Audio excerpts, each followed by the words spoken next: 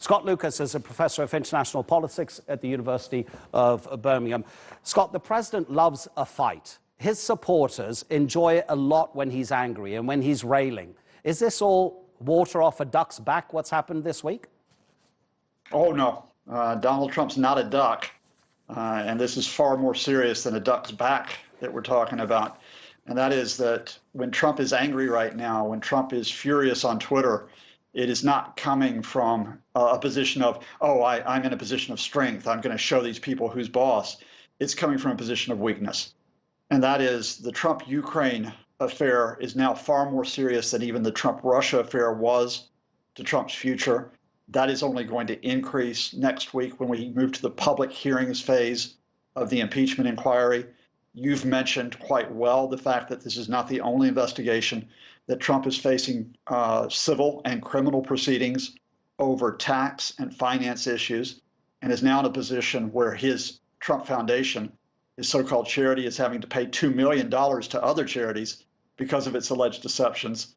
And just the simple fact that this man, in terms of his personal life as well as his political life, some people may revel in the fact he's unpredictable, that he is chaotic. But for a lot of other Americans who are looking for a bit of stability in the country, this may not be what they're looking for in an election year in 2020.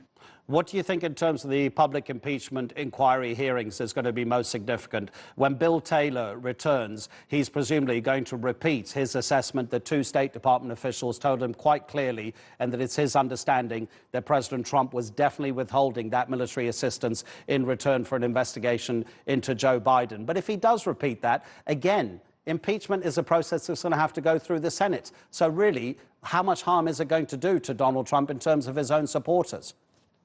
Let's link the two. What's distinct about the evidence right now, not just from Bill Taylor, the top U.S. diplomat in Ukraine, but from multiple current and former officials, is that there was a quid pro quo, that Donald Trump withheld military aid from Ukraine for personal gain. In other words, to get an investigation into his political rival, Joe Biden, and the Democrats. Now, at the very least, that's an abuse of power if established, and it is even potentially a crime for a foreign government to intervene in a U.S. election. But that's linked to the other point you mentioned, which is Donald Trump will be impeached probably by the end of this year by the House, the lower chamber of Congress. But the Senate has to have a 2/3 vote to convict.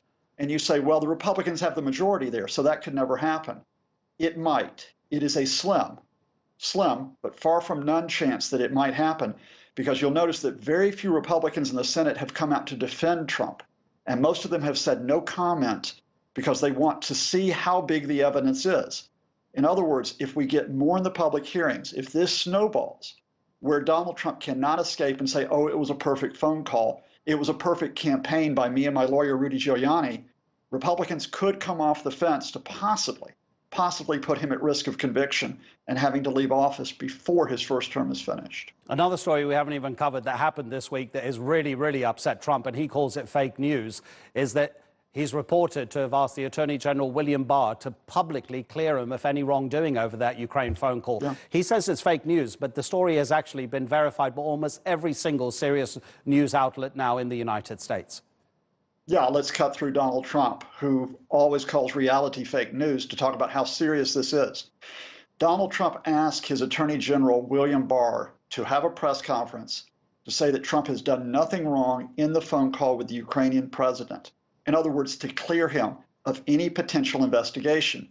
William Barr, who covered for Trump during the Trump-Russia inquiry, who falsely said that the Mueller report had no evidence of collusion, when in fact the Mueller report has completely full of evidence of collusion.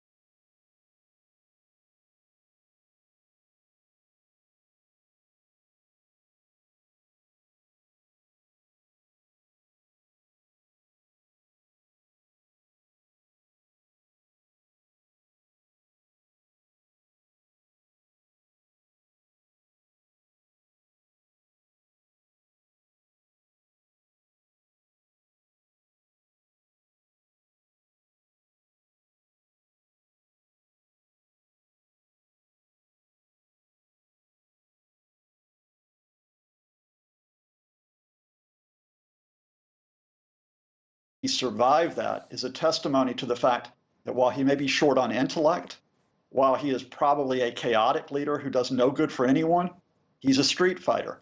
So even though I think he is facing now the fight for his political future, you cannot say that Donald Trump is definitely down and out. Scott, thank you so much and have a really lovely weekend. Thanks for joining us on TRT World.